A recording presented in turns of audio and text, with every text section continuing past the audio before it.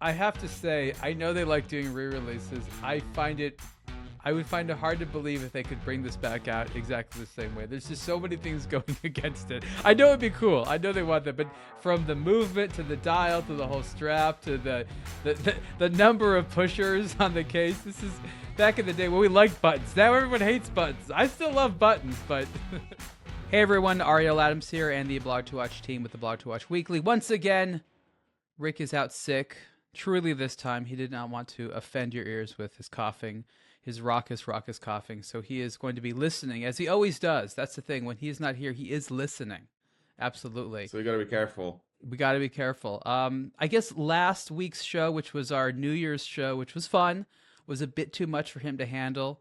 He is has a sensitive constitution. So let's hope that there aren't too many shocking watches these first few weeks of 2025 that will make it too difficult for him to recover, such as a Panerai that doesn't look like a Panerai. Maybe. No, I don't think so. That might end him. I think what he needs is a good old classic Panerai release. Maybe something with good the old equation to shock time. Panerai. Yeah, just bring him right back to health. Something with the equation of time and as many crown guards as possible. Just in the last several days, we've published a lot of content, and I actually want to go to, I think, an article. Did we publish it right afterwards? We've had the most commented. Oh, there's so much stuff to talk about. We can't get to all of it in the show. Okay, this is right after we didn't do the predictions for last show. The predictions of 2025.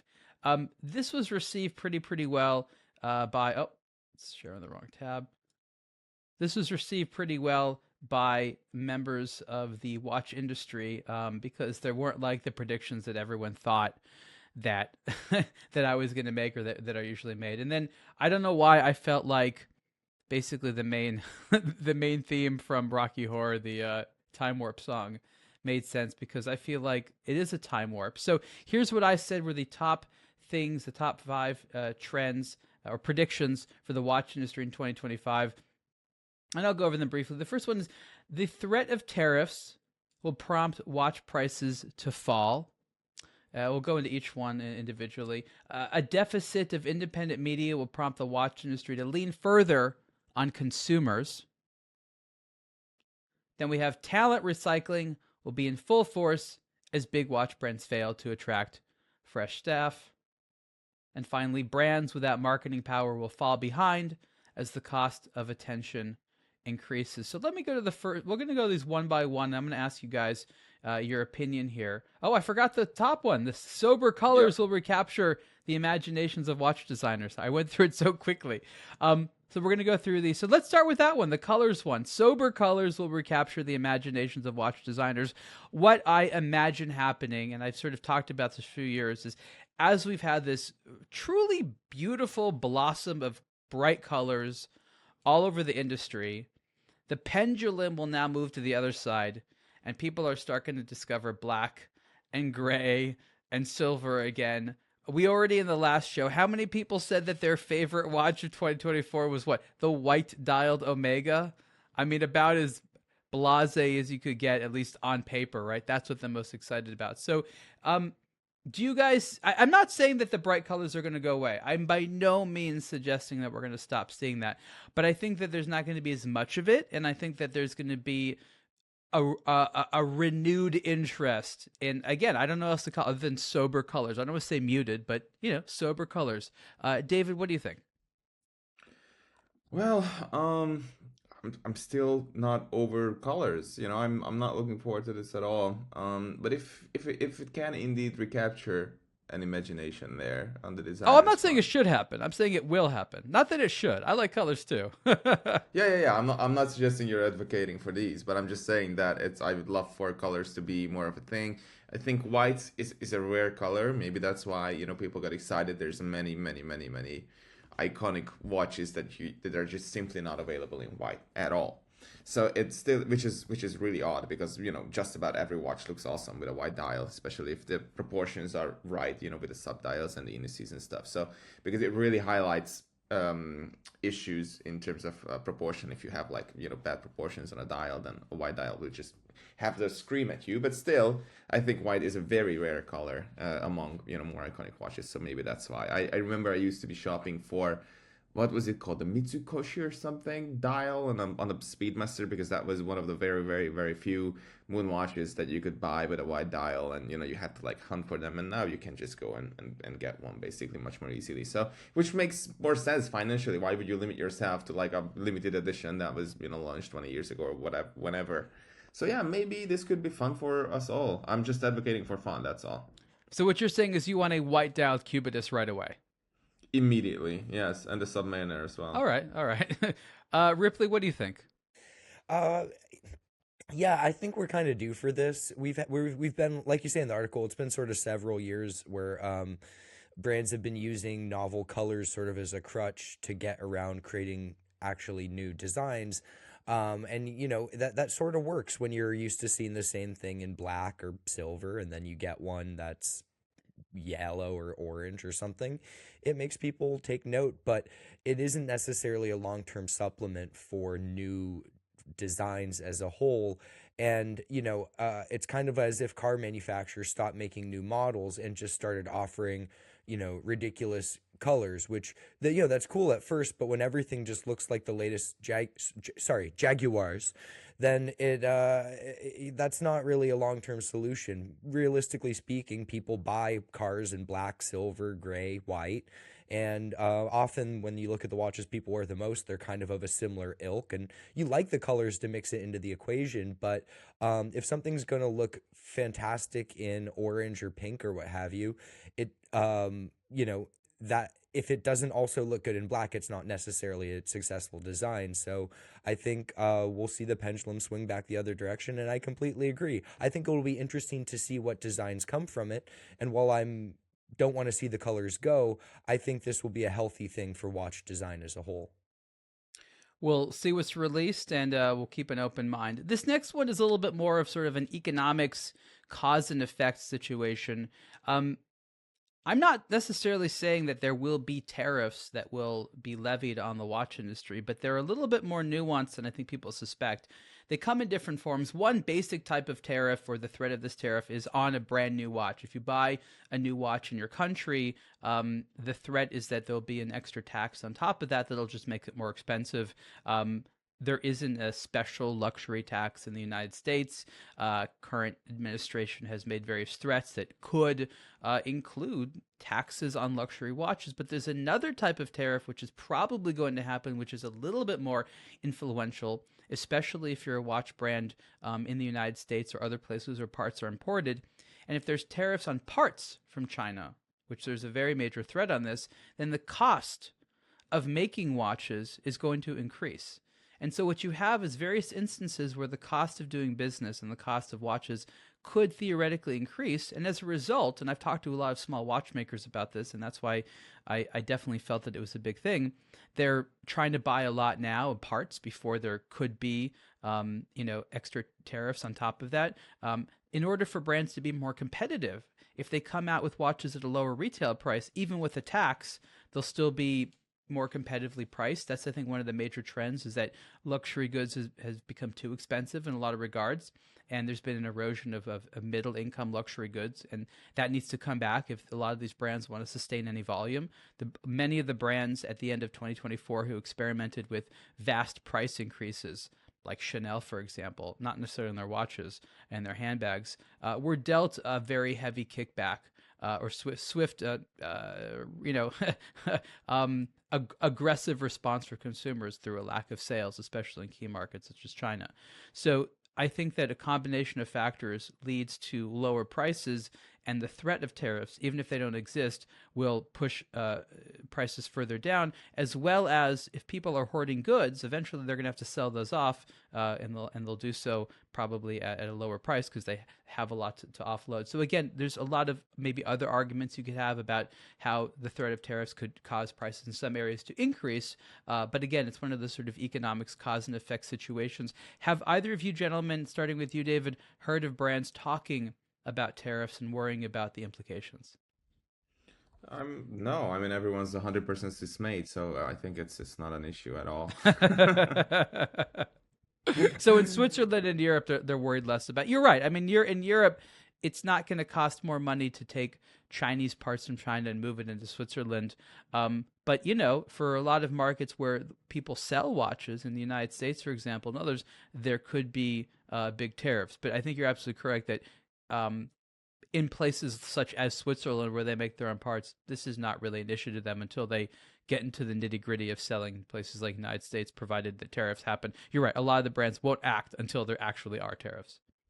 Yeah, and also, I was just poking a little bit of fun of imported items and components from Asia and whatever. But I understand that that's in Europe, and there's no tariffs just yet, and I'm sure there's a bunch of ways that certain accountants could work around this. But who knows? Maybe a lot of watch brands will start selling used watches, which is also something that is not new to like cars, for example, where you can go and buy a heavily discounted 2023, sometimes even 2022 car with like I've heard of these dealers who have these rollers and they park the cars on them so they don't have to go out on the road and whatever, and they just churn. In Europe it's 6,000 kilometers, which is like 4,000 miles, is how much a car has to run before you can discount it in with certain brands. So what they do is they just put the car on a roller and then just put 6,000 kilometers in it. Maybe they could do this also with pre-owned watches. I think we've seen at times certain dealers discount certain watches and sell them as pre-owned, even though they were new, with the majority of time of the factory warranty still remaining on them, right? We've seen that a lot of times. So I'm sure there's little tricks here and there to move around the tariffs and whatnot. That's very interesting. Ripley? Yeah, I think brands have a way to kind of get around it, backdoor gray market style things. But I also think this is really going to hit the smaller brands the worst.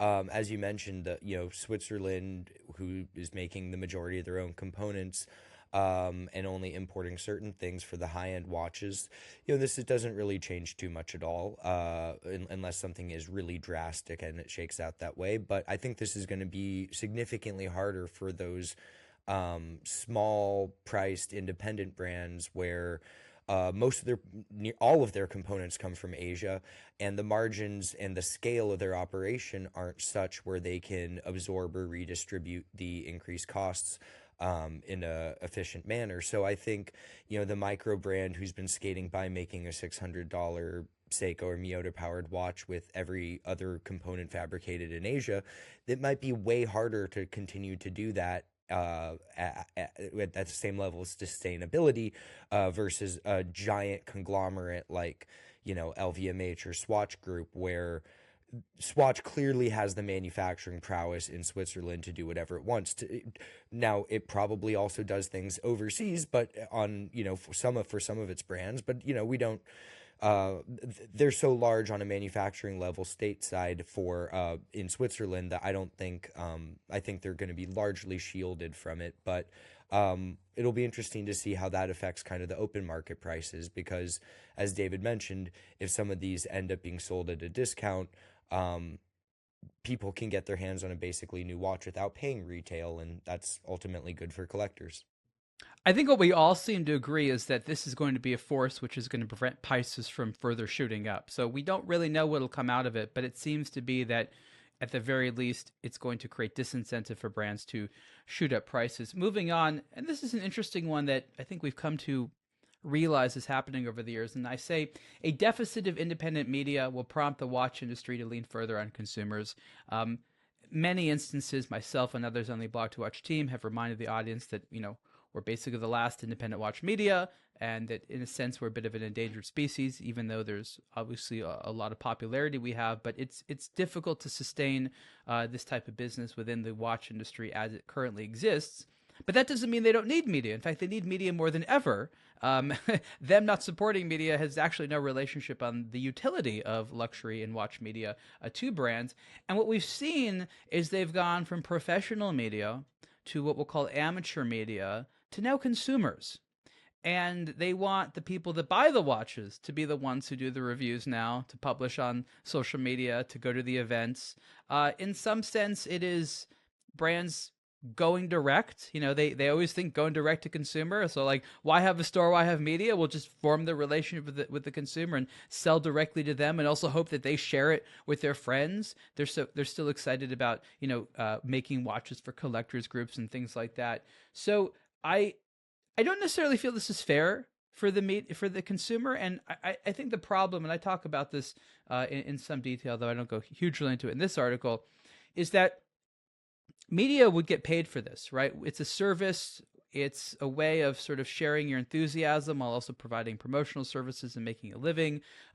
Watch brands and media both have the incentive to make sure that there's an industry behind this. Whereas with the consumer, they're not only being asked to do all this work and attend events and do a bunch of social media stuff and basically make media, but also buy the watches. So in addition to it being a shame that there is less of a professional media class for us to have as friends and colleagues, it's also, I think, unsustainable because the amount of effort you're expecting from the average watch consumer is too high. Think about just the education and information alone that brands expect consumers have to even understand this stuff. Now they have to be mouthpieces and mini ambassadors for the brand on top of, actually affording the money to pay for the watches. I think each of us in our own way of seeing this, maybe we haven't necessarily categorized it as the industry leaning on consumers, but that's really what's happening. That's where the bread and butter comes from, and now they think they're expecting more out of the consumer and not really materially providing them with any more. David, what are your thoughts? I think it's kind of funny. I mean, it's if we could all go out and do everything in a way that pleases just us, it's awfully convenient for the brands, isn't it? Don't read anything. Maybe produce some content and buy our watches while you are at it. And to be clear about these events, many of these events are a privilege to attend. Nice locations, whatever. For the first couple of times, I've been to many here in Budapest and also abroad, and the number of jaded faces that you can see there who've been to dozens of these because they are valued customers or whatever is extremely high. Brands and retailers begin to struggle very quickly when it comes to entertaining the folks that they want to invite. And because, as Ariel, you're saying, this is one of the few ways in which they can reach them. They have to just keep inviting them and, just one-upping the previous event and whatever, which is impossible to do into oblivion, basically. Right. And so what you end up having is a bunch of, jaded people who are just not that thrilled to be there. And it's just not as enticing once you've been to a couple of these. And this is not like a snobbish, like nothing is good enough for me kind of vibe, but it's just a form of or an effect of repetition. And so I don't think it's certainly convenient for the brands because they don't have to spend on advertising so much, not even on social media, not on professional media, not on amateur media, but they just throw these events together, which of course is not easy to do. But then again, it's not that efficient in the long term either. Ripley, what are your thoughts? Yeah, I don't think it's really a replacement for media. I think brands love the customer testimonial aspect of, these are the people who buy our watches and they're so excited about them. They're going to make content about them and talk about them. But for the person who's consuming that content, they're really losing out on it, and the brands really narrow their scope as far as who they're reaching. These events that they invite their VIP customers to, they're basically only strengthening the relationship with their existing customers, which is important, don't get me wrong, but it's not a replacement for what media does, which is conveying information about the brand and their product to a much wider audience from a unbiased third-party source.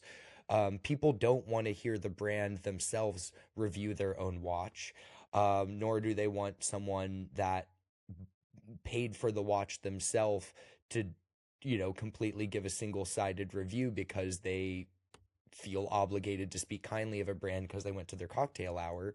But on top of that, brands themselves are responsible for making products and marketing them to a certain degree, but uh, watches are premium products. Once you get above a Casio F91W, it's a kind of a premium product. And so there needs to be a certain amount of information, analysis, storytelling behind these that get people excited to make a purchase. And you see it all the time with like the sneakers industry, where there's an objectively cool sneaker that might have been a big hit, but the storytelling wasn't there. There wasn't a reason for it to look like the way it did. And it didn't garner any hype or general interest, and it just sort of fell flat. And the media serves that in between role where someone can doesn't need to take the brand's word for it, can get a critical analysis of it, but then also learn about it in a more expanded format, from someone who isn't necessarily the brand, or someone who may not know what they're talking about. So I don't think it's an exact replacement, and I don't think it's sustainable for them to try to view it as such. But, I do think they should keep doing it because it is a good way to strengthen relationships with their customers in a direct manner. But it just doesn't do what media does. Media specializes in learning niche stories and then conveying those stories in a relatable way to people who companies want to have that information. That's what we do, and customers themselves are not that empowered to do that. I know that brands love the idea of referrals, but again, I think it's an interesting trend, and we always would want what's best for the industry. Let's move on, talking about telling the industry what it needs to know. Talent recycling will be in full force as big watch brands fail to attract fresh staff. I think the core point that I want to make here is that fresh blood in the industry is a good thing. Having new types of ideas can be powerful if you let them make decisions. And the watch industry seemed to have figured out about half of this over the last several years. And each of us has seen a bunch of CEOs from related industries come in, laterally from the shoe industry, the car industry, the makeup industry, whatnot. And then they just sort of stopped that. And they didn't actually bring in like administrative, creative people from other industries, right? It was just the CEO, someone who honestly is probably the worst person to bring in from another industry. Bring in people that are sort of day to day to help sort of create a little bit more variety and diversity there. But now they've gone back full force to just being fully insular. Almost everyone who is running a brand has been in the industry already. There doesn't seem to be a lot of open-mindedness for new ideas. We have seen an environment that for a lot of creative people or entry-level people or even mid-level managers, there's not a lot of advancement, or it's not particularly rewarding in a lot of ways. And I'm not saying this to shame anyone, but I'm simply saying that it is a shame, because this is what allows the industry to be fun, to have good ideas, to not allow itself to cannibalize itself by recycling the same thing over and over and over again, which we see it doing. Is just sort of turning around, eating its own tail. There isn't really a lot of freshness that comes into it, at least from on the European side a lot of the time. And the people that are brought in, in the local markets aren't given that much authority. So I don't see the trend of bringing in new people happening. I see a lot more recycling. And I think that it's a shame because it robs our industry of not only growth, but the fresh ideas it needs to solve some of the very modern problems that it has. Both of you, David and Ripley, have been in the industry long enough to see people moving from brand to brand, which is, they used to call it musical chairs, but let's just be honest, it's just talent recycling. That's really what it is. What do you think the industry could do to attract new talent, and do you think it needs to take that seriously? Once again, I'll begin with you, David. Of course, I think every industry should do that. I think there's an underlying more important issue here, that is, even with the existing talent, I think that, and it feels like they often are not given enough freedom. So what they already have, they don't utilize to a fuller extent, and that is a major issue. It's we have seen all these dynamics and politics issues where certain people are not allowed to make decisions or make calls, and other ones are afraid to do so because there's very little to gain. It also is true for the brands themselves, at least some of them, in the sense that they have a whole lot to lose and very little to gain by moving around, making decisions, and experimenting with new stuff. And of course, if you're on the outside and you are coming from a dynamic fashion brand or car brand or whatever, or tech brand or something like that, and you look at the staleness of the watch industry, and you'll be like, or you speak to people, you will soon realize that a small fraction of the big brands have the ability and the courage to move around and make decisions and experiment with products and marketing or whatever department you plan on going into. And so it very quickly can become a very stale job, and that is not something that young creatives are mostly looking for. So change that around, see how it works for you. It has worked for some brands, when the moment they allow themselves a little bit more energy, and exercised with that, they've gained huge amounts of traction with their customers, with the products and whatnot. Just think about Hublot from the last 20 years, think about Breitling from the last 7 years. They've not been stale brands at all, and they've been very successful. But that was not possible just because Jean-Claude Biver and Georges Kern were doing all the things, and nobody beneath them in the hierarchy were not doing anything. On the contrary. So once this applies to a greater number of brands in the industry, that's when this I expect to change. Thank you, David. Ripley, what's your perspective on this? It's very similar to David's. I don't necessarily think it's a bad thing to recycle talent on a high level leadership level. Like if the CEO of a of a watch brand knows how the watch industry works, and it's up to that person to be open to the new ideas of the people that work for them, and to keep the talent fresh and make it a desirable place for new talent to work. I think there's a lot of benefits of having the recycled talent in those high level positions, but if they're not willing to embrace the new talent and accept and try out some of the ideas that might not be what they've historically done as a brand, then it's all kind of wasted, and that talent will leave and go elsewhere or to other industries where their ideas can be heard more, and then the brand and then the industry itself becomes stale. But I think when a brand does something different and pushes the envelope, whether or not everyone loves it, it's a good thing for the brand. And I think, Sylvan's piece is a perfect example of it. I don't think that watch could have been made by any of the big brands. Maybe Cartier, if he slipped something in their coffee the morning before he pitched it. I think that would have been turned down. Oh, it's too crazy. It's too avant-garde. Who's the buyer? Whatever. There'd be these things. It's not of our heritage, whatever. It's just like making a movie. No one on a high level wants to take the risk, but look how that thing has been an absolute runaway success for him, and they've got orders for the foreseeable future because it is so different. And had a brand made that, the brand would have been celebrated as, look at this amazing avant-garde design. Now, Sylvan worked for Breitling. Breitling was not going to make that watch. He had to do this on his own in that regard. But, if someone like Patek Vacheron did this, I don't think it would have been out of character. And I don't think that necessarily these ideas aren't being had at these brands. I just don't think people like Terry Stern are saying yes to them, and instead they were getting the Cubitus. Thank you. I think that the talent recycling element is an observation, whereas the main problem is actually the failure to attract as much fresh staff. And I think that we all sort of agree. Before we move on, I want to quickly just try something new and call out our giveaway this month. It just started a few days ago. This way you can win a Helicon Master Blue Hour watch. Pretty nice colors there. So that is the giveaway on aBlogtoWatch, and you can go to our navigation bar to giveaway and enter for that. We do those every single month, sometimes more than once a month. So enter now. Let's go back to the last thing on this before we actually talk about some watches. And that is, of course, near and dear to our heart.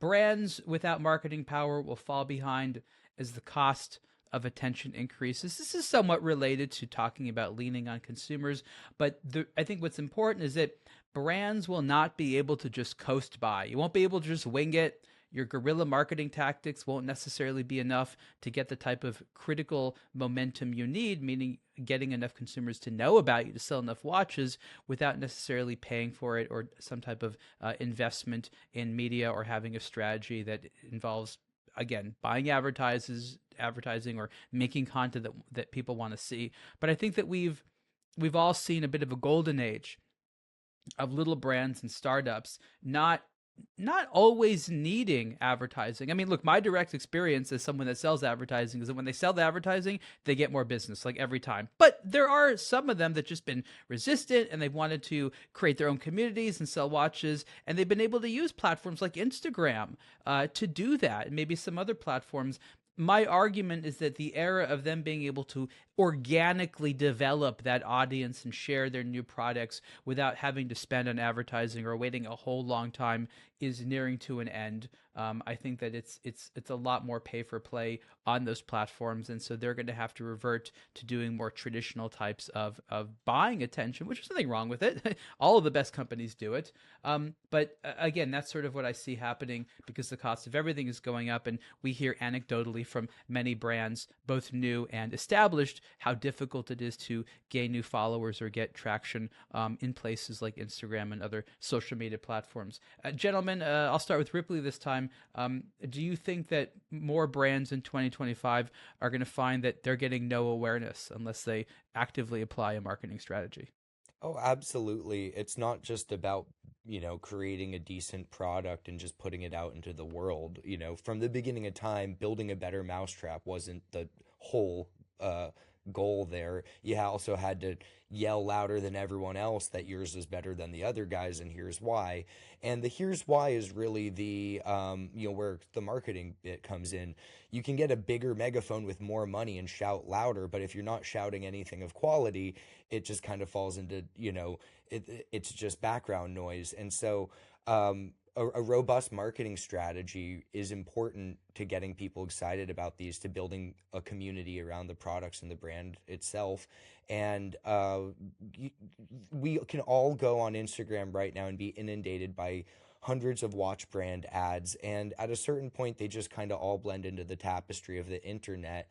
And we all know how this works. You have to pay increasingly high rates to reach more people with, a diminishing returns the higher you get. So it's not really sustainable to just outgun it with money in any way. And at a certain point, yes, brands do have to pay for this, but it's ultimately a good thing for them. That you can try to get by as long as you can without paying anything, but when the time comes to actually pay for it, what you're going to get is a lot better, a lot more sustainable, and it'll be a good thing, but it will have to cost them money, and not just in like PPC Instagram ads or whatever. I think the good news is that demand for watches amongst consumers is going to remain healthy for the foreseeable future. But the cost of doing business, especially because it's going to be more and more competitive, is going to go up. There's a lot more serious players in the field, and therefore the little guys are going to find it more difficult to get that sort of extra straps of attention. That again, when we started the MB&Fs of the world, that was their strategy. Hey, there's all these big brands spending money on advertising for these media publication titles, but these watches can sometimes be not interesting. Let's give these publications cool stories. Let's treat them nice. Let's be good to the media. That has been a winning strategy. And again, companies like Orwork and MB&F and from that generation of independents really benefited from that, but they couldn't necessarily replicate that now in 2025. Okay, let's move on here. I don't want to take the time to necessarily discuss these two articles because this show will be approximately 6 hours long. But there's two articles I encourage you to look at on the website that are quite interesting, and they look like they're the same, but they're actually different. One is the 10 most read aBlogtoWatch articles in 2024. So if you're curious about what some of the most popular articles were, this is very organic. This is what people decide they want to read. That's interesting to see that. And then slightly similar, but this is more about engagement, is the top 10 most commented on articles of 2024. Of course, that article about comments non-ironically has more comments. I'm glad that worked out that way. But please be sure to go to the aBlogtoWatch website and check those out if you are interested. It's always fun at the end of the year to sort of see how things measure up. Let's talk about a watch that got a fair amount of activity. This is, I like this watch. I wouldn't call it the world's most original one, but this is the Longines Ultra-Chron. Now in a carbon case. This is their high accuracy quartz movement, unless I'm completely mistaken and thinking about a different watch. And it's now light, and it has the carbon case. Probably has something else in it. I haven't looked at too much. Close to $5,000. Is it quartz or is it a high frequency automatic? Oh, okay. This is the high frequency automatic. So yeah, this is the 5 hertz one. Isn't there a high end quartz one that they also did? Was the original? I think there was one that, again, the design looked very very similar to this. Um, but again, okay, so this is their 5 hertz. Again, honestly, functionally doesn't matter. It's going for accuracy. That's the idea. 5 hertz obviously is going to be a little bit more accurate than 4 hertz. So this is I don't know this particular movement. Again, this is by ETA. That's who makes everything for them. They don't have a lot of 5 hertz or any 5 hertz that I know of. It's got about 52-hour power reserve. Does anybody know more details about this movement? Uh, I'd imagine it's some version of one of the ETA designs that's exclusive to this watch group. Well, it's But definitely a modification. Okay, so we don't necessarily know what's unique about it here, how accurate it is. It does have a silicon balance spring, which is kind of cool. I think that's, it's not that often that we see that paired with a 5 hertz frequency. So it feels like kind of a new movement. Um, it's I think it's kind of cool that it nevertheless delivers 52 hours of power reserve with 5 hertz. So, of course, as Ripley, you said, it's a variation on the theme. It's 25.6 millimeters wide. It's basically everything that used to live in these watches. It's 5.05 millimeters thick.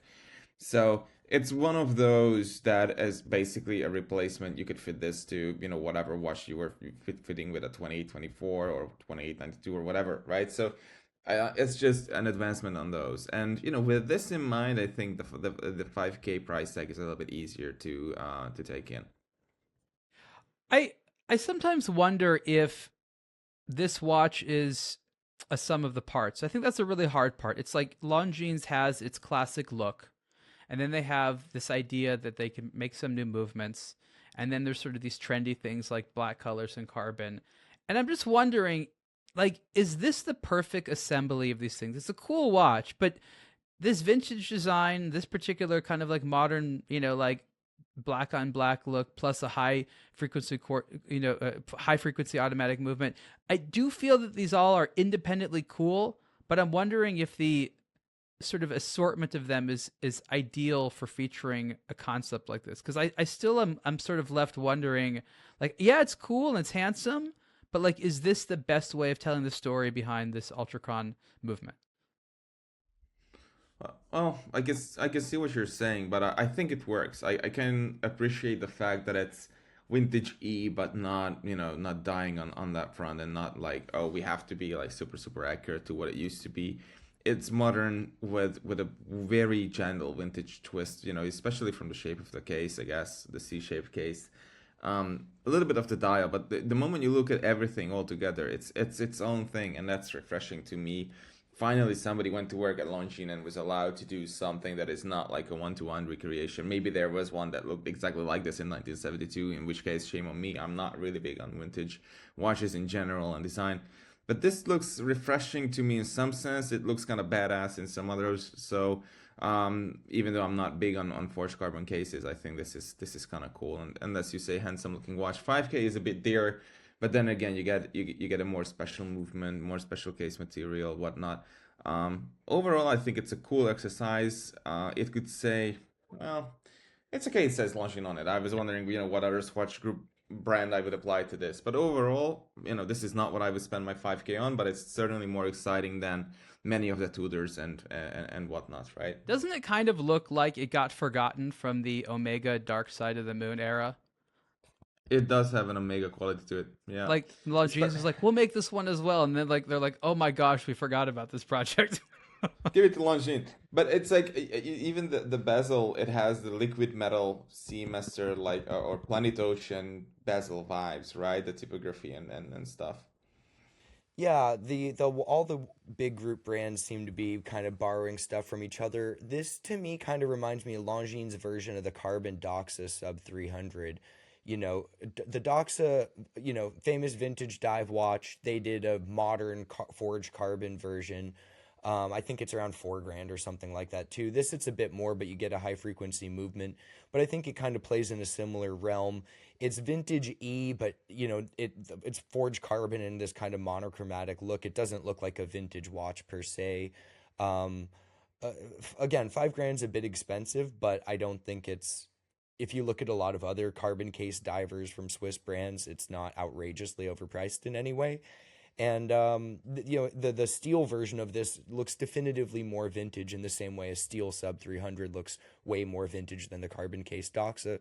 So I like it. Again, like David said, it's not where I'm putting my $5,000, but I think this is a really compelling release from them, and it's good to see them not spread their wings a bit, do something a bit more modern and high techy.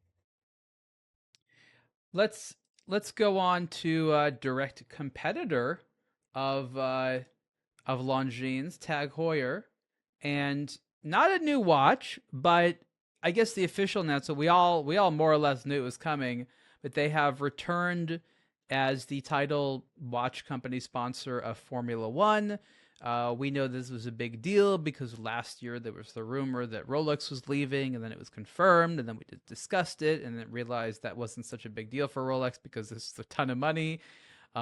Let's hope LVMH has any advertising dollars left after whatever they spent on this. But we know that for what they're paying for this, TAG Heuer and LVMH are going to want to make the absolute most out of Formula One. And as David pointed out in this article, this isn't the first time that TAG Heuer has worked with Formula One. David, do you want to tell us a little bit about TAG Heuer and Formula One? Yeah, this article I started, working on the news and just delivering the news, and I was like, well, let's see what we can turn this into, and it very quickly turned into a look back, to the historical ties between TAG Heuer and Formula One. I remember growing up and watching Formula One. I could see the TAG Heuer little crest on the display overlay, basically during qualifying and whatever. You could see that they were like the timekeeper or something like that. Of course, many of the cars had the TAG Heuer sponsorship. I mentioned some of them in this article here. Many of the drivers, wore it. On iconic photographs, you can still see them. And I'm not saying, and it's so interesting because of course, our preferences will vary, but to me, an actual Formula One driver wearing this, especially if it would be great if they would wear it throughout the race, but that's a different topic or discussion. It's just cool. It's different than a movie star wearing something. I think for me, for some reason, it's just like on these pictures. We have this one picture of Steve McQueen wearing the Monaco, of course, and it's been everywhere, all over the place. But in much more recent memory, we've had extremely impactful and important Formula One drivers where some of these watches, including Senna with this, I think, kind of epic looking watch. This is the SEL S25706C from 1991. This is like two-tone watch on a brown leather strap with this odd looking dial layout and all these functionalities and four pushers and the crown. Doesn't it look like AI designed it? Yeah, it kind of does actually, especially with the misplaced indices. Like, or you like get 11, 12 the at half one. bracelet and strap, like couldn't figure out what's going on. Like this is what excellent humans like, point. right? Yes, with the dive bezel. It doesn't make any sense, but I really like it very much. I think it's a fantastic looking watch. For some reason, I have a hunch that TAG Heuer will bring this back. They would do well if they brought this back in some form of a release. Just don't make it like bleeding expensive, please, and I'll be happy. I have to say, I know they like doing re-releases. I would find it hard to believe if they could bring this back out exactly the same way. There's just so many things going against it. I know it'd be cool. I know they want that, but from the movement to the dial to the whole strap to the number of pushers on the case, this is back in the day when we liked buttons. Now everyone hates buttons. I still love buttons, but I do too. Bring it back. This picture right here, I think, is a great one where Jack Heuer is showing. It says here a young Niki Lauda the watches. It's so great because the drivers really did have this deep integration with the tools. Today, it's a little bit more like, oh, it's just a company that sponsors us. But I think the drivers today still get excited about it. They don't get excited about all the sponsors, but the watch sponsor, The drivers still have sort of a personal engagement, so that's cool. I don't have too much to say about this. It is what it is. Maybe TAG Heuer will invite us to yet more racing events. Ripley, what do you think the average watch consumer needs to take away from this? Um, it's the official timekeeper. I mean, Tag sponsored many teams. They currently sponsor Red Bull. Um, but I don't think there is a watch brand that has as strong of ties and famous storied ties to racing as Tag. And while we loved seeing Rolex as the official timekeeper, it always seemed a little bit strange for Rolex. Or when you think about Rolex's biggest legacies, it isn't necessarily motorsports. It's diving, mountaineering, whatever. Yes, they have the Daytona, but you know, that's named after an American race to begin with. So, that's clearly not where their heart were at. And then on top of that, Rolex didn't even invent a chronograph. They borrowed it from Zenith at first. So like, it didn't, it's not a good fit for them. I think Tag's a really natural fit. They have a really long, rich racing history. You think of like famous racing movies like Le Mans, it's a Monaco on Steve McQueen's wrist. There's tons of like the Joe Siffert one. There's so many interesting models that have cool ties to the world of racing. I think this is really healthy for Tag. It'll be great to see them like a racing kind of lineage brand back on the posters of Formula One. So I'm excited to see what they'll do. And yeah, I would love to see some not necessarily recreations, but sort of have them dip back into that legacy in a more interesting manner, like what we're looking at right here. I just want to see some two tone. Yeah, two tones, push-ins, buttons, screens, links, integrated, leather strap, dive bezel. Like it really has everything. I'm struggling to come up with something it doesn't have. Annie, Digi, yeah, you name it. It probably has a perpetual in there as well. It's it's I love it. It's just so cool. It's such a great It's one of watch. those times where you see the word professional on the dial and you're like, yeah, I buy that. Yeah, four pushers and a crown, and yet it's 200-meter water resistance. I was like shocked that they could do that. And it's on a leather strap, just in case Yeah, we whatever. We'll It just see. goes. Let's move on. I did a quick hands-on article here with the MB&F M.A.D. editions M.A.D.1s prior to them releasing the M.A.D.2, which is, I think, due in 2025. They came out with the M.A.D.1s. And Max Booster always likes to do these types of things where before a watch model is discontinued, he makes a change to it. I do believe that at some point the M.A.D.1 is going to be discontinued, probably when the M.A.D.2 comes out. And so for the last few editions, he did a thinner one, quote unquote upgraded the movement, which is kind of funny, guys. I'd love, again, when I ask you, I want your thoughts on this. But the original M.A.D.1 has a Miyota movement in there, which is fine, right? It's mounted upside down, the rotor's on top of it, but everyone's like, oh, a Japanese movement and the Geneva brand, like it's ever really matter. Maybe it was the price point, about $3,000. So what does MB&F do? So for the M.A.D.1s, first they cut off an entire ring around it. So rather than having a ring for the minutes and hours, it just has a ring for the hours. And again, if you've had a single hand watch, telling the time is quite similar. You don't have to the minute precision, but you can sort of guesstimate what the time is within a few minutes.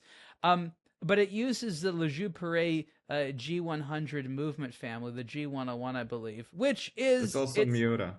Exactly. It's not only is Le Jeu Perret owned by Citizen, but it's a re-architected Miyota 9000 series, basically with a little bit more decoration, made in Switzerland. So everybody wins here, right? MB&F gets to say they have a Swiss-made movement. Citizen isn't losing a customer. Everyone's happy. Everyone gets to shut up. Yeah. So I like it when everybody wins, right? It's a nice, elegant kind of solution to that.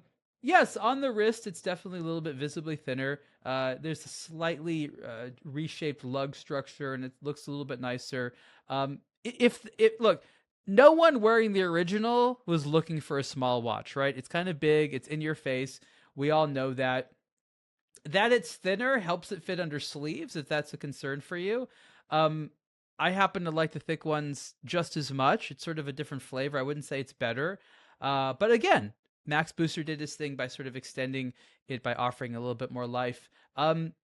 now that these have been out for a few years, David, do you think the M.A.D. editions are going to continue to have the impact they've had moving forward? What is your opinion of this overall, arm of MB&F? I think this one S is a very interesting development because it has addressed an issue that has very rarely been addressed on an MB&F watch, which is thickness and wearability.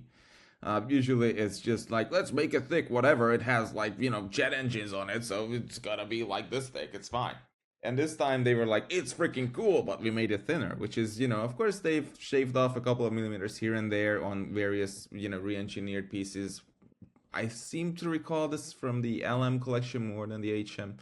So legacy machines, but this is like a drastic change where clearly their focus was wearability and making it thinner and more elegant on the wrist. So that is very on MB&F, but the whole M.A.D. thing was very on MB&F in a way, and of course very on Brandy and some others. So it's a creative thing. I think it's hilarious that they used La Juperie this time. I think everyone has already hugely appreciated the opportunity to buy something from MB&F or own something from MB&F that did not cost 20, 30, 40, 50 or $150,000. So it's just hilarious that people would still nevertheless criticize it. But I should applaud any form of technological advancement to the movement quality and whatever. So great, I guess. I look forward to how they are going to top this with the tube. What David's referring to is the way that these watches were offered for sale, or are still offered for sale. There's essentially two primary ways of getting one of these M.A.D. editions. One is if you are an existing customer, they're much more expensive watches, you have a priority opportunity to buy one of these lower priced ones. And again, these are not, there's more of these made than the regular MB&F watches, but they're not making in the tens of thousands of these. Or you enter into a lottery, and the idea is they wanted to prevent scalpers. They wanted to prevent people from buying these quickly when they came out and reselling them, and so they felt this was the only fair way. I think the lesson there from the sales system is like, you can't please everyone. No matter what the brands do to try to make it fair, someone's going to complain about something. I think that MB&F has put more effort into thinking about how to make it fair than others, and I think that it's a generally okay solution. Yes, it's a little silly to win opportunity to spend money, but the reality is it's probably more convenient and fair than running in line really quick and then trying to buy it. And only the people that are the fastest get it. So I can appreciate that. Also, I think David makes a good point about MB&F watches being sort of big, but I think they will be the first ones to bristle at the statement that they don't try to make an ergonomic. They put effort into it, but you're right. They don't begin as an ergonomic idea. They're not like, it would be really comfortable to wear. It would more like, this is crazy. How do we make it fit on the wrist? And they go about it that way. Ripley, your thoughts on this? Yeah, I do find it interesting. I think what they did was they took the MA.D.1 and then said, well, why are people buying this? It really isn't to tell the time on this parallel disc system. They just like it because it's got a fidget spinner under the crystal on, that it's cool. Okay, well, what's the thing they don't like about it? It's a bit thick. It is a bit thick. It's kind of like a cat food can. Okay, well, how do we get rid of the thing they don't like and keep the one thing they do like most? And it was to just get rid of the minutes disc.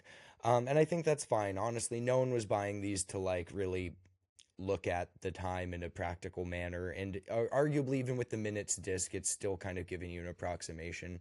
You're looking at it from the side anyway. I do think it's hilarious that it's now a slightly upgraded Swiss version of the movement they had before, and it's one disc less, and it costs significantly more.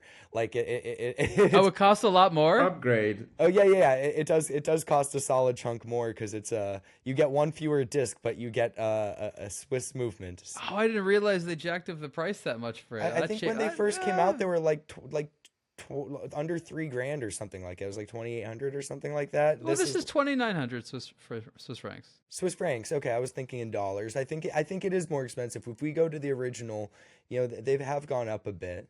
But I like these. I like these. Given that these are going to be more regularly worn than like a normal MB&F. Like, let's be real, no one wears the Sapphire rocket ship as their everyday watch, or even on a regular basis.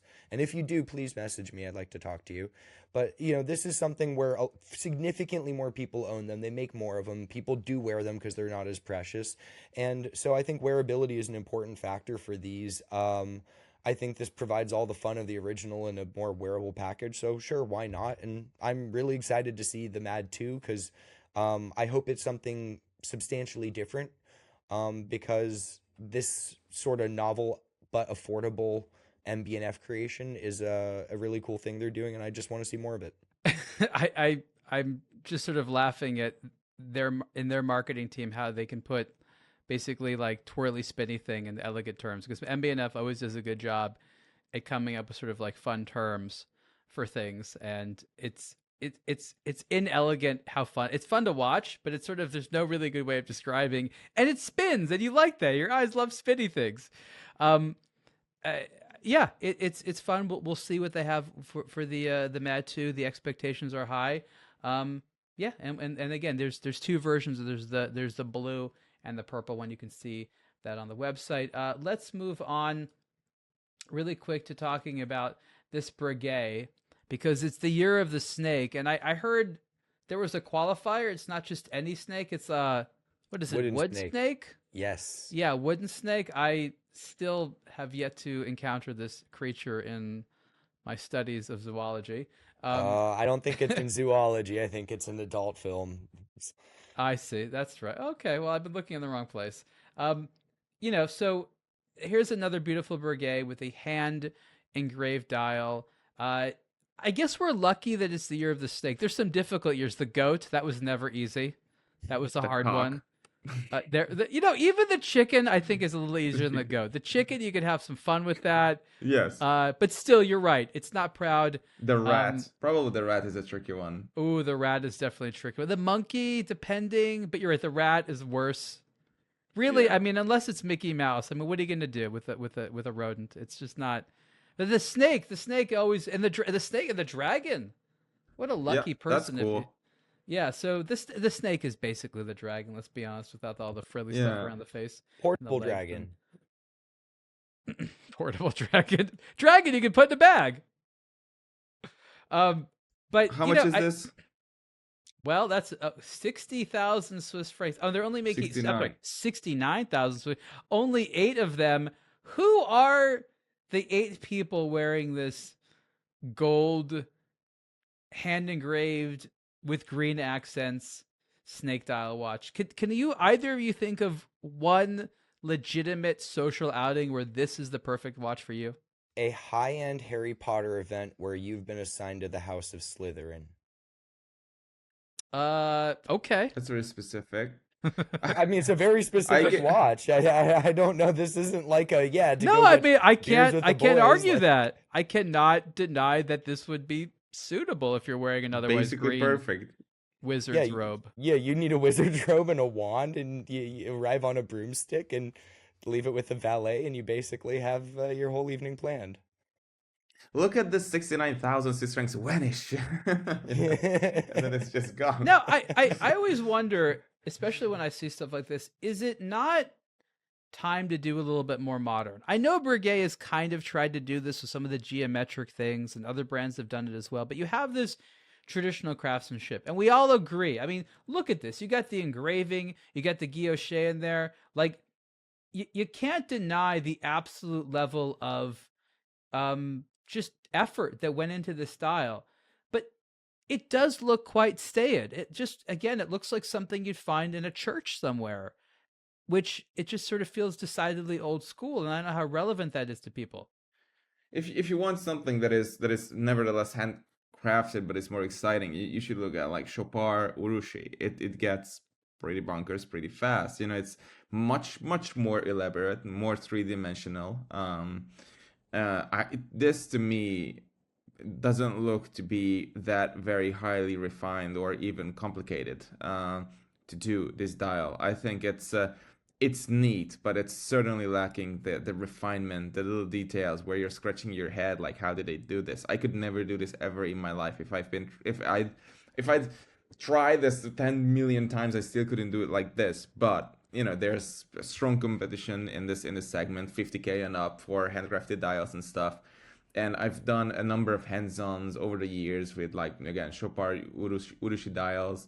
Sometimes they just go like, wow, really, really elaborate. And of course, some of them are hand engraved, some of them are painted because Urushi is painted. It's unreal what they can do, and this just fails to register. I mean, even at half that, it would be like, well, it's quite something. I think they're going for a certain type of very wealthy clientele that is going to, buy these. Oh, That is that goes just home to their age? castle? Yeah. Ooh. Well, not really. Maybe they're high rise in Hong Kong or something, but still, I But think that's where it's this watch is meant to exist. Again, even if you have a beautiful high rise in Hong Kong, this has got to be the oldest style of anything that you see all day. Like, you could take the same beautiful guilloche and painting and all the different textures and stuff. That's where the complicated. And I agree, the average person doesn't look at this and be like, wow, that's crazy. You'd really have to be a nerd to be like, wow, to get that little section right there with that engraving and just that section and no other, that's hard to do. And they can stay with the snake. I'm just saying the snake has been rendered in more contemporary ways. I'm not necessarily saying it has to be that way or it'd sell better. I simply wonder if they even think about it, because sometimes we kind of feel like there's a zombie just sort of stamping an approval, and if it just looks familiar, they're like, it looks good.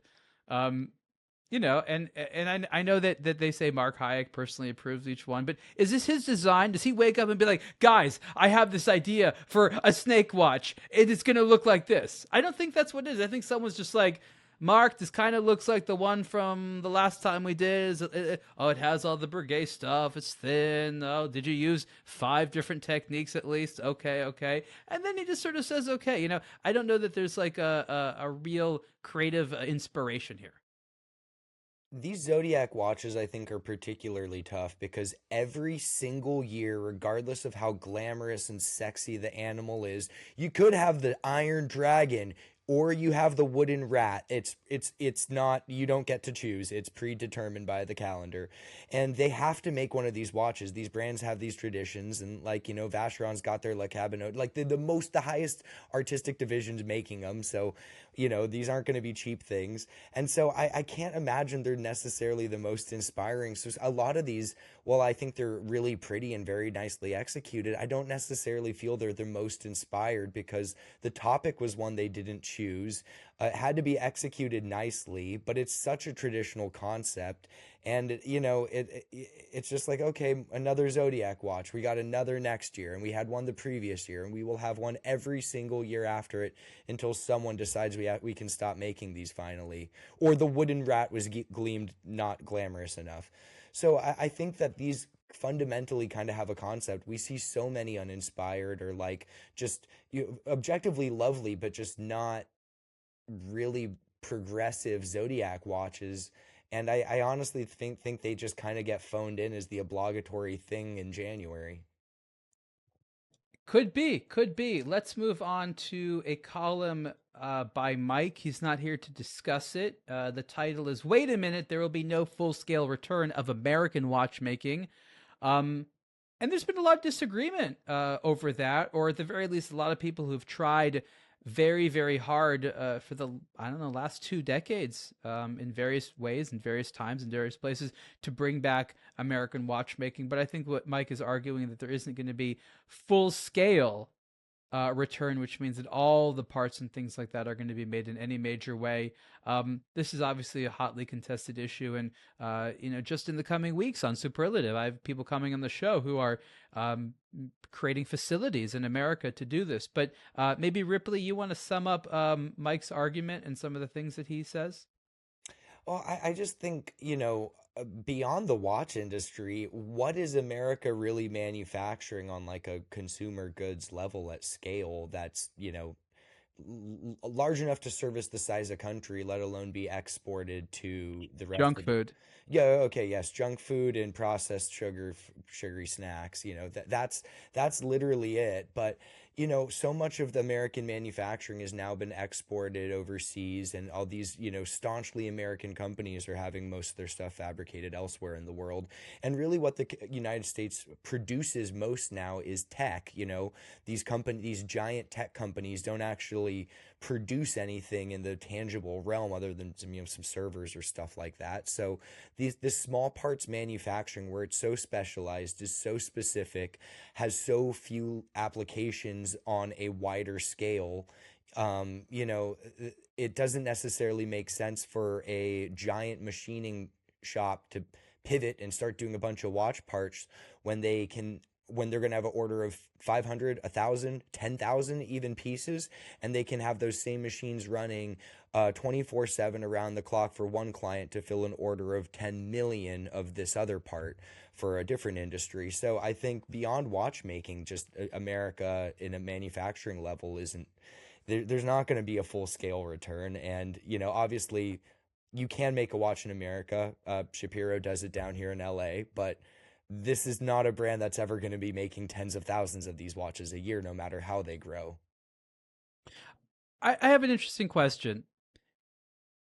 The reason that they want to make watches in America, in addition to that being a good marketing story, is that the Swiss will not make it for them. Others will not make it for them, or they won't make it for them at a price where when they have to sell that to consumer, and it makes sense to anybody. I mean, they're just charging so much to supply them with these parts or these finished watches.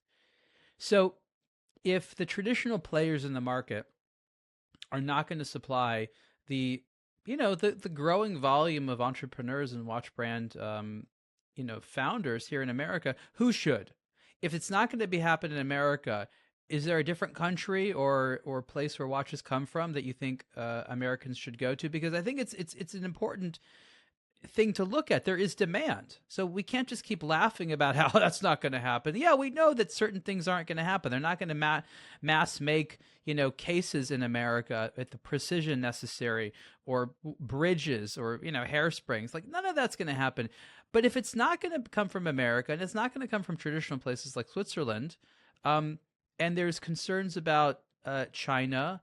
And when I say concerns, it's some of that manufacturing capacity going to go away? Generally speaking, people tend to have very positive things about the suppliers in China, but the reality is that's not necessarily going to be enough for everyone, and they have some of the same inflexibility. So what are these brands going to do? Who is ultimately going to fulfill this production demand, or is it never going to happen? Well, I think one of the points Mike brings up that makes it, you know, when it comes to who's going to fill it and to say why it's going to be difficult in America, is just to have something called made in, you know, we always talk about the nebulous requirements of Swiss made, and where we're getting into 56% of the parts by weight and all of these, you know, rather flexible parameters. The FTC for made in America stuff is rather strict, and there are certain things that just aren't, you know, efficient to produce here. He also cites in the article that Vero was, when they first started, were making a lot of, like, pretty much everything except their movements in the US, and you know, people didn't really care. For people to pay, it's going to cost a lot more due to labor, manufacturing, everything to make a watch in America. But if people aren't ready to pay for it, it's not going to grow at scale. Even if the demand is there, there has to be the willingness to pay for it. And that's why we kind of see it done by Shapiro at a very expensive price point. I was shocked when we were discussing this topic on aBlogtoWatch in various articles, including some of my grinding gears and other articles, and people were like, "Well, I don't really care where something is made as long as it's high quality." Well, I care. I don't want to see something that says made in Germany, and if it's made somewhere else, or if it says Swiss made and it's made somewhere else, right? I certainly would not like to see made in USA and have a bunch of parts from elsewhere, right? So I think I was just surprised that this is just not something that resonates with people that much. Well, I think there's the resonating, but then there's the willingness to pay. I think, all things being equal, people are happy to have the Made in America stamp on it. Americans love America, but, the same watch that you'll sell, that same micro brand who'd sell a watch for $800 here, it's going to be well over $1,000 to do that watch made in America. And I think you see brands approaching a hybrid approach where it's it's overseas manufactured components, but assembled and, QC'd and designed and everything in the States, where, they're getting around the manufacturing issue and doing as much they can stateside. But, it would take an enormous amount of upstart money, sustained demand, and the, preferences of the people who had put the money behind these large manufacturing facilities to turn down larger contracts for other goods and produce these watch cases that would then have to be backed by the consumers willing to pay more for them. So I think it's just a huge uphill battle, and just not one that America is going to be, moving uphill too quickly with. I think, in summary, my feelings are that the peak size of the newly invigorated American watch brand entrepreneur has not happened yet, meaning there's going to be more American watch brands before there's less. But I think it's going to be increasingly difficult for a lot of the brands to get stuff made, especially those that haven't already started with the relationships, the deep relationships with suppliers in other parts of the world, especially in Asia. I think the good news is that the American consumer wants an American watch more than people in a lot of other countries where there's a big amount of competition. I know that in China, for example, there's a lot of issues on, getting people excited about a made in China luxury watch, whereas in America, I think it's comparatively easy as long as you convince people enough there's legitimacy. Shinola, yes, they had their issues with FTC, but I think they're actually going to be returning to something like the Made in America message, as close to it as they can get, because I think that they've been, leaning off of it too long.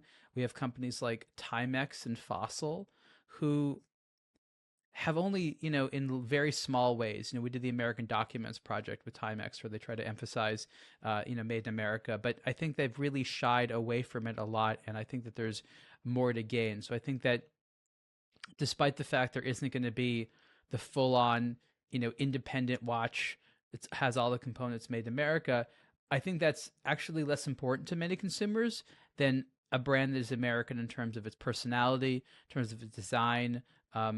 For a very, very long time, American brands have been those where parts are made in other places. It's still okay. It's still an American product. And I think that standard has been quite different than in Switzerland, where there seems to be at least more local interest in it's only Swiss if it's all Swiss, which ironically Swiss made is not all Swiss. But I don't think that Americans, I guess the point is for us to consider it to be a real American brand.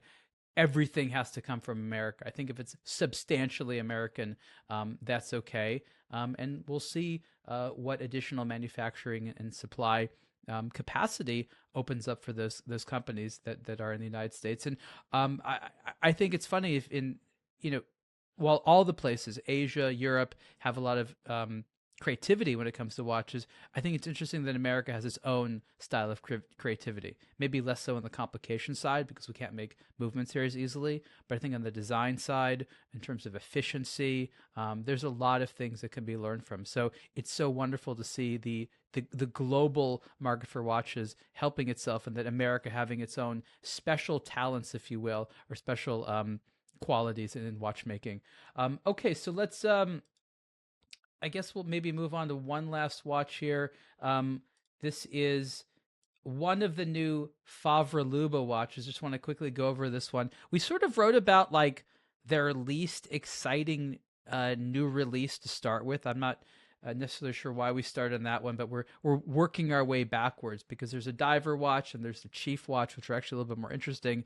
But I thought it's kind of a Me Too Breitling. Okay, that's fine.